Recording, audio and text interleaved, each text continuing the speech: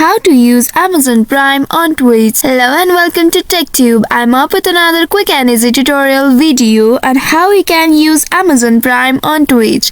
For that, open any browser on your device and at the search bar type amazon.com. Then press enter to reach to this interface. Once you reach to this interface, here make sure you are signed into your account.